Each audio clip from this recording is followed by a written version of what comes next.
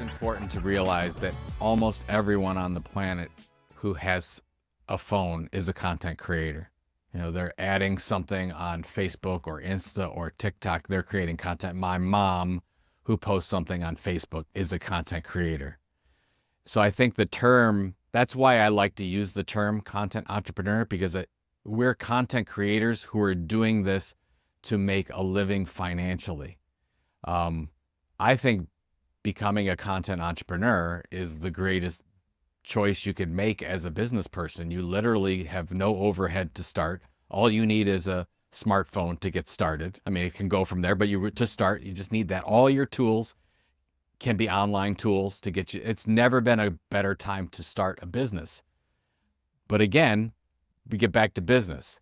So I want to say, hey, look, if you want to create content, if you're a hobbyist content creator, you like to take pictures of butterflies, you just got into ChatGPT and you're creating different kinds of content and you're just having fun with it. Great. You're a content creator. It's a hobby for you. This is not a long-term strategic approach.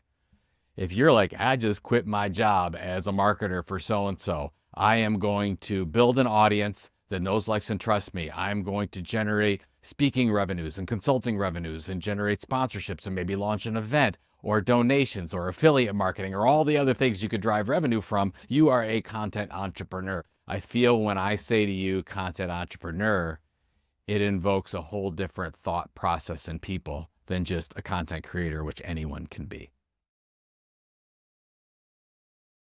I immediately fell in love with the concept of custom media, then custom publishing, then content marketing, and what we started to call it in 2007, because I thought this was the purest way to market. It's like, hey, can I send my customers valuable, relevant, compelling information that's not a sales pitch, build an audience with them, have them come to know, like, and trust us, and actually profit from that as part of marketing? I'm like, I was sold. I think that any business owner, any entrepreneur should think when they start a business what the exit will be. And almost none do, by the way. Like even a content creator, any of them, like I want you to think you're first and foremost, you're a business person. And as a business person, where do you see this thing going? Now, you can change it at any time. I mean, just the fact that I created my exit plan in 2008 and it actually happened in 2015, 16, good strategy, whatever. It may or may not have worked. I could have changed it along the way, but it held true for me personally. I did this was a couple years ago where I was at about 50 small businesses and we were talking about exit planning, and only one in the entire audience had a formal exit plan. And what happens is if you don't have an exit plan, somebody makes that plan for you. And I don't want that to happen. Like, okay, are my kids going to take over? Like, does somebody in my family die? Is a key worker leaves? Whatever. You need to be prepared for that up front so that you're not caught off guard. So that's why the exit plan is so important and been part of kind of a lot of my content is like, hey, where are you going with this business? What is your plan? And how are you going to make strategic changes along the way? Because we have a finite time period that we need to be successful by. What is your why? Why are you here on earth? What's the purpose of your business? What's your expertise area that you can truly make an impact on other people? Those are deep questions that you should be asking yourself on a consistent basis. And what I've found over the years is that most content marketers, content creative people don't do that. They get into an area that they're passionate about or they have some expertise in. They start some kind of content activity. It goes from there. Strategy or not, they start seeing revenue come in, but they've never asked themselves, where do I want to take this thing?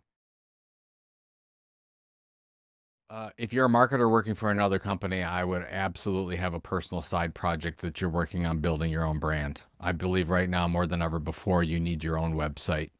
So get your own website up. What do you do? Start building it. If it's very limited to start with, fine. But I think having that website to be crawled and so that you are found out for some expertise is very, very important.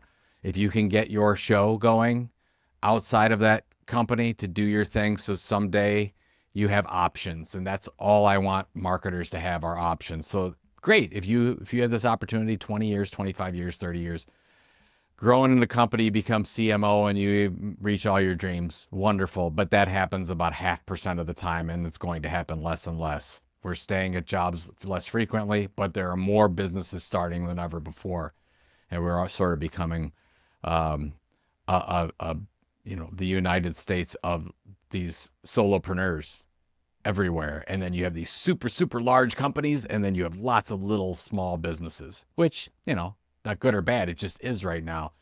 So set yourself up for that opportunity to do that. And I would figure out now, play with AI tools, figure out the latest methods, but find what we would call your content tilt. Find your differentiation that you can ultimately break through all the clutter of everyone else doing what you're doing. I was lucky enough in 2007 to focus on this thing called content marketing that nobody else called at the time. And I leaned into it, and you take a risk when you do that, and it paid off, and it continues to pay off. And it seems like it'll continue to pay off until whenever I decide to stop doing what I'm doing.